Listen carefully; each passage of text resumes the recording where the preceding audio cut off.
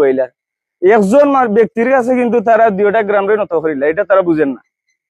তো আমি চাইলাম যে একটা মীমাংসিত ঘটনারে তারা যে আবার এটা গুলাটে করার চেষ্টা করা, এরা সময় তুইছে দুজনে মিলা নিছে। আসসালামু আলাইকুম।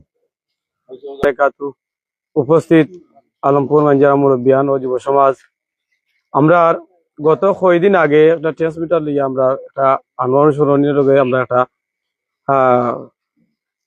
বিতর্কিত একটা শব্দ আইছে যে আনোয়ার সরণী মামা আমরা একটা 100 কেবি আমরা ট্রান্সমিটার যাওয়ার পরে রাত্রে তাৎক্ষণিকভাবে বইছি, বোয়ার পরে আমরা 8জন মানুষ আমরা গেছি সাথে যাওয়ার পরে আমরা কাকতি মিনতির মাধ্যমে আমরা একটা ট্রান্সমিটার 100 কেবি আমরা নিয়ে আইছি।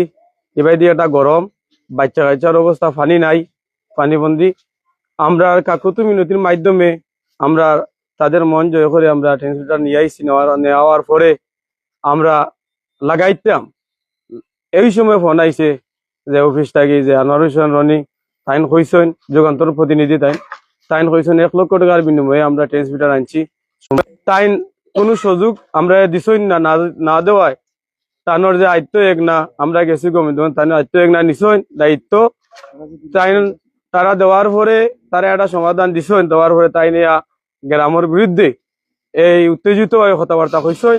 মিথ্যা বানোয়ার কিছু কথা ফেসবুক পোস্ট করে আমাদের গ্রামকে হেয়প্রতিপন্ন করতেছেন, তাই এর প্রতিবাদে নিন্দা জানাচ্ছেন। সব কষ্ট বাদ দিয়ে আমাদের এলাকার গণ্যমান্য ব্যক্তিবর্গ কল দিছি, প্রথমেও সালাম দিয়া কইছি মামা আমি 2 গাঁও পক্ষ থেকে আপনার কাছে চাইরাম ক্ষমা প্রার্থী, হয়তো বা আপনারে কইছেন না, আপনারে জানাইয়া এরা ট্রান্সমিটার গিয়া লইয়া আইছে, দয়া করে ওটাতে লাগাইবার দেও। আমরা 2 দিন ধরে পানির দাগি যে কষ্ট করলাম, আপনি যদি দেখতা আমার বিশ্বাস আপনিও মর্মাহত হইলানে বা আমরা না। তখন বেটায় কইছেন ট্রান্সমিটার ট্রান্সমিটার দিলাম যে সাজ্জাদ সাহেব দিছে, সাজ্জাদকে তারে দেখবো, আনোয়ারকে তারে, যাই হোক বেটার কোনো কথার শেষ নাই।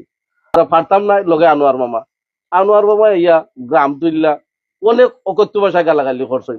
যখন মাদার সুদ কইছেন তখন গ্রামের যে বাচ্চা কাচ্চা ছোট এরা আছে হয়তো কিছু উত্তেজিত ইয়া তানোর সাথে আতাতিস কিছু হয়েছে। হওয়ার পরে আমরা একটা মামলা করছি। মামলার দাঁড়িয়ে আমি নিজে অনেকবার গেছি, আনোয়ার হোসেন রনির নামে মামলা করার বাদে আমরা মামলা এফআইআর করতাম পারছি না। আমি জানি না আমরা এই দেশের নাগরিক কিনা, এটা আল্লাহ বলা নয়। কারণ আমি নিজে প্রবাসে থাকি, রাস্তার অবস্থাটা জরা